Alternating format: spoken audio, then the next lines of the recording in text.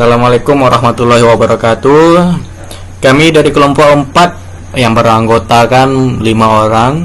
Yang pertama ada Ikram Deza Pratama, yang kedua ada Pradinta Trisakti, yang ketiga ada Farazaki, yang keempat ada Sylvia Erika, dan yang kelima ada Ayu Sermina Simbolon.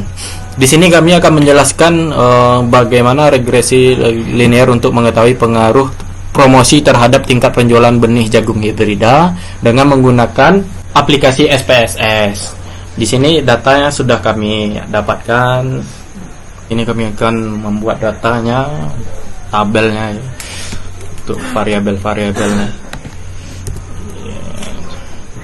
Kita buat desimalnya 0, measure-nya kita buat scale.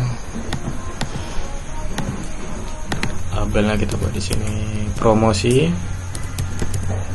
yang di bawahnya penjualan.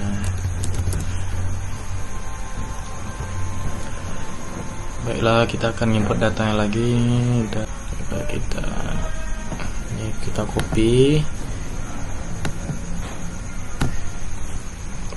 copy, kita pindahkan datanya ke SPSS. Oke, selanjutnya kita ke analyze. Terusnya kita ke regresi tadi, lanjut ke linear. Nah, kita input independennya promosi, penjualannya ke dependent, lalu kita descriptive,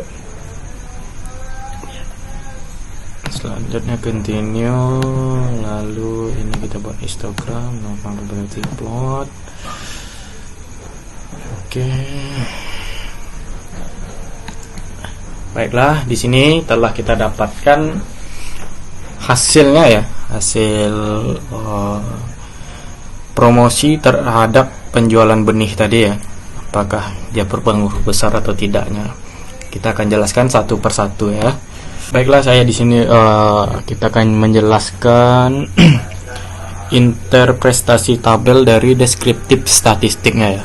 Kita mulai dari penjualannya, meannya itu rata-rata ya, rata-rata jumlah penjualan itu ada 143 juta dengan rata-rata deviationnya atau penyimpangannya mencapai 28 juta 0,84 dengan jumlah data, yaitu tadi data yang kita input tadi ada 15, dan promosi sendiri rata-rata biaya promosi ada di angka 53 juta 870.000 dengan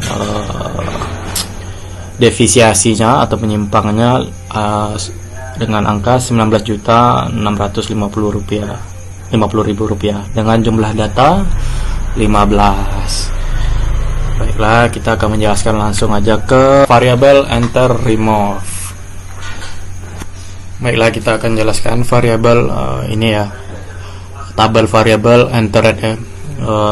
Di sini kita menjelaskan tentang variabel yang dimasukkan serta metode yang digunakan untuk dalam analisis regresi linear, yaitu di sini kita lihat promosi ya, tabel variabel enternya ya. Terus kita lanjut ke tabel model summary.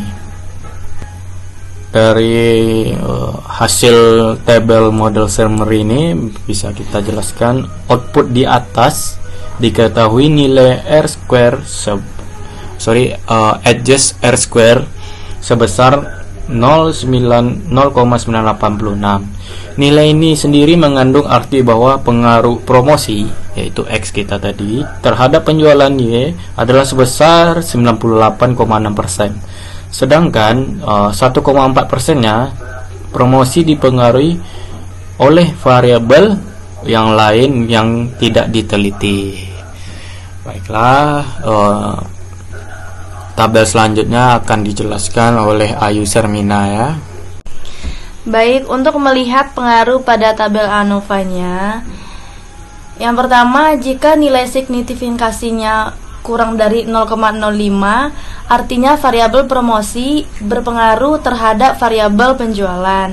Yang kedua, jika nilai signifikasinya besar dari 0,05, artinya variabel promosi tidak berpengaruh terhadap variabel penjualan. Hasil yang kami dapat sigmanya adalah 0,00, yang artinya variabel promosi berpengaruh terhadap variabel penjualan. Yang pertama, yang bagian A-nya, angka konstan dari Undersized coefficient. Dalam kasus ini nilainya sebesar 66,995. Angka ini merupakan angka konstan yang mempunyai arti bahwa jika tidak ada promosi atau X, maka nilai konsisten penjualan atau Y adalah sebesar 66,995. Yang selanjutnya, yang bagian B-nya, angka koefisien regresi nilainya sebesar 1,420. Angka ini mengandung arti bahwa setiap penambahan 1% tingkat promosi atau X, maka penjualan atau Y akan meningkat sebesar 1,420. Karena nilai koefisien regresi bernilai positif, maka dengan demikian dapat dikatakan bahwa promosi atau X berpengaruh positif terhadap penjualan atau Y, sehingga persamaan regresinya adalah Y sama dengan 66,995 ditambah 1,420 X. Baiklah, selanjutnya akan disampaikan oleh para. Baik, saya akan melanjutkan dari Ayu Shermina. Itu untuk uji hipotesis membandingkan nilai sigma dan nilai T hitung dengan T tabel. Untuk nilai T hitung itu kita sudah dapatkan hasilnya, yaitu 31.943. Nah, untuk mencari nilai T tabel itu rumusnya sigma dibagi 2 berbanding N kurang K kurang 1, yang artinya 0,0, probabilitas bagi 2 itu 0,05 dibagi 2 dapat hasilnya 0,025, itu berbanding 13. Nah, dilihat dari tabel distribusi 0,025 di kolom 13 itu 2,160. Nah, hasil yang kita dapat itu adalah perbandingannya 31.943 itu lebih besar dibanding 2,1, yang artinya variabel promosi itu ada pengaruh terhadap penjualan, di mana H0 itu ditolak dan HA diterima. Nah, untuk selanjutnya di bagian untuk tabel histogram akan dibacakan oleh Sylvia. Baiklah, saya akan melanjutkan dari Faraz Zaki membacakan diagram histogramnya. Berdasarkan kurva tersebut, diketahui bahwa nilai T hitung sebesar 31,943 terletak pada area pengaruh positif, sehingga dapat disimpulkan bahwa ada pengaruh positif promosi X terhadap penjualan Y. Baik, terima kasih atas penjelasannya dari Sylvia Erika. Ini telah berakhir presentasi kami ya, sudah sampai di sini. Kami telah menjelaskan analisis kami menggunakan aplikasi SPSS.